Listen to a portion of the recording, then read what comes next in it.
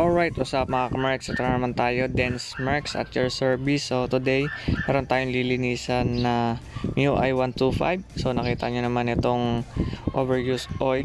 Makikita nyo dyan, kahit gasolina kasi ayaw din malinis yan. So tatry natin tong degreaser para malinis natin yan. Air mixer, throttle body, manifold. Then ito, simple lang paggamit natin ng ultimate degreaser. Syempre available yan dito sa ating shop. So ito yung location ng ating store. So meron din tayo available sa Shopee yan.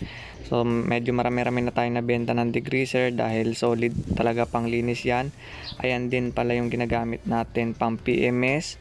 Halos lahat NMAX, Aerox, MIUI 125, MIUI Sporty. Yan lang din yung ginagamit namin pang cleaning, pang restore sa ating CVT. Lalo na yan sa head, yung mga lines ng overheat na langis. Yan, kahit sa head yan, basta sa bearing kasi iniingatan ko na mabasa. Dahil mga high speed bearing yan, dapat hindi talaga nababasa. Then pag may puller kayo, pwede nyo naman i-puller, then linisin nyo yung pinaka head. Pero mas maganda talaga, wala talagang bearing yung mga lilinisin nyo. Tulad nyan, yung head, pwede nyo linisin yan, basta matutuyo nyo lang talaga ng todo. Kasi yan yan, yung mga singit-singit nyan, napapasukan din ng langis. Then tips lang din pala mga kamerks sa pag-apply ng ating degreaser. So effective talaga yan sa ating mga alloy like CVT, yung mga pulley, manifold, throttle body, pati yung head.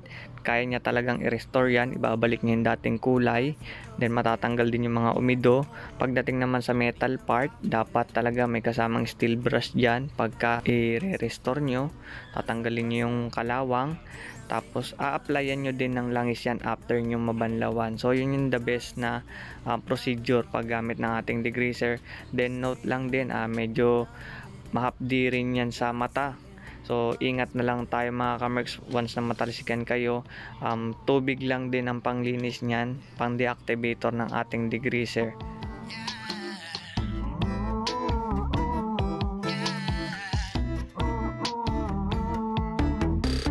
Don't you love when we take our time to make love? Promise you I'm not wasting time in the bathtub. We don't gotta rush, no, never gonna rush, no. My life's in a slow-mo, always in a slow-mo. I still show up on time. Stay a minute, another minute. Hold on a second, I love this moment, yeah. Stay a minute, another minute. Hold on a second, I love this moment, yeah. Stay a minute, another minute. Hold on a second, I love this moment, yeah. Stay a minute, another minute. Hold on a second, I love this moment. Then alright mga kamerks, nakita nyo naman kung paano natin nililinis ang ating throttle body. So dapat talaga matyaga kayo sa pag-maintenance ng inyong motor. Hindi naman kasi pwede na binaklasan natin, hindi na natin lilinisin talaga ng todo. So yan, mas maganda kasi makikita nyo yung performance ng inyong motor pagka malinis talaga yung ginawa nyo. Then binigay nyo yung proper maintenance, which is the intake. Yan, nandyan lahat, throttle body, manifold, linisin nyo. Then pagdating naman sa injector, yan, kahit manual cleaning, pwede nyo gawin yan.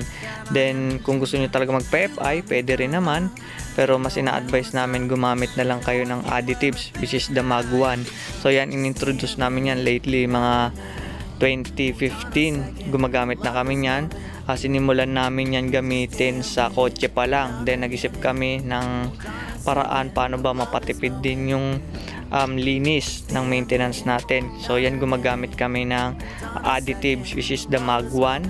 So kung may maintenance nyo din, mas the best din palitan nyo din kada 1 year. Okay na yon yung pinaka element natin, which is the air filter at ang ating fuel filter sa loob ng ating gasolina. So importante mga kamerks na nalilinis natin pag nag PPMS tayo, preventive maintenance schedule. So ayan mga kamerks, kita nyo solid talaga yung degreaser natin. So wala kayong ibang gagawin, yan, banlaw lang talaga ng tubig. Then after nyan, malinis nyo. Pagka meron pa naman dumi, pwede nyo re-applyan ng degreaser para matanggal yung umido. So it takes time sa mga umido talaga, kasi pag napabayaan nyo talaga, nagbubukbuk yan. Yan, kung mapapansin nyo, malinis agad yung throttle body kasi hindi naman siya masyadong marumi. So yung customer natin na yan, gumagamit pala ng Mag 1. Kaya sabi ko, halos magwa 1 year na yung kanyang motor, malinis pa. Then na-recommend ko din pala sa kanya na gumamit ng Blaze 100 para medyo malinis-linis, ibig sabihin pure yung gasolina. Pero depende pa rin sa inyo pagdating sa gasoline na ikakarga nyo sa motor. Pwede naman kasi mag 91 octane, yung mababa lang, regular. So gusto nyo economy, fuel efficiency siya, yun yung i-recommend ko. Pero kung gusto nyo naman power, medyo mas maganda yung hatak, ay rekta tayo sa ating Blaze 100.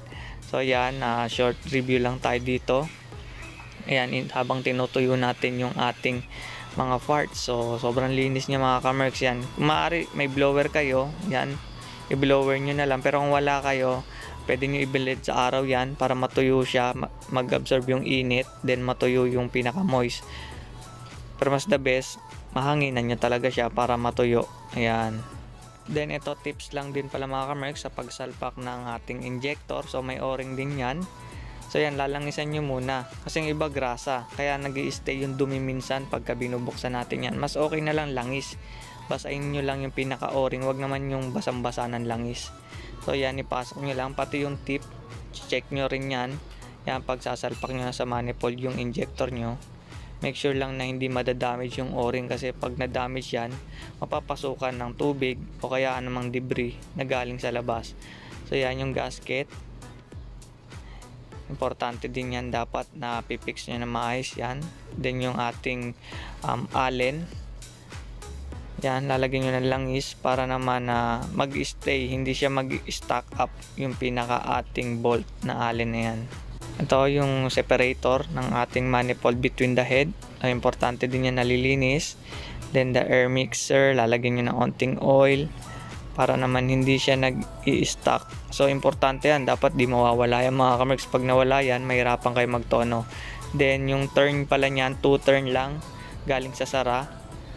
Then mag-a-adjust pa naman yan, depende kasi sa kaya ng intake sa atin. So nag-a-adjust pa yan. So yung marking ko na yan, so guide ko lang yan para malaman ko kung hanggang saan yung pinaka ating timing. So dito tayo sa ating valve. Kung mapapansin nyo, ita-timing na rin natin kasi kasama talaga yan pag nag-throttle body tayo. Magkaiba kasi yung intake na papasok sa settings natin. So mas maganda, valve timing na rin natin. Yan, kung mapapansin nyo, malinis na din yung head nya. So nirecommend ko sa kanya AX7.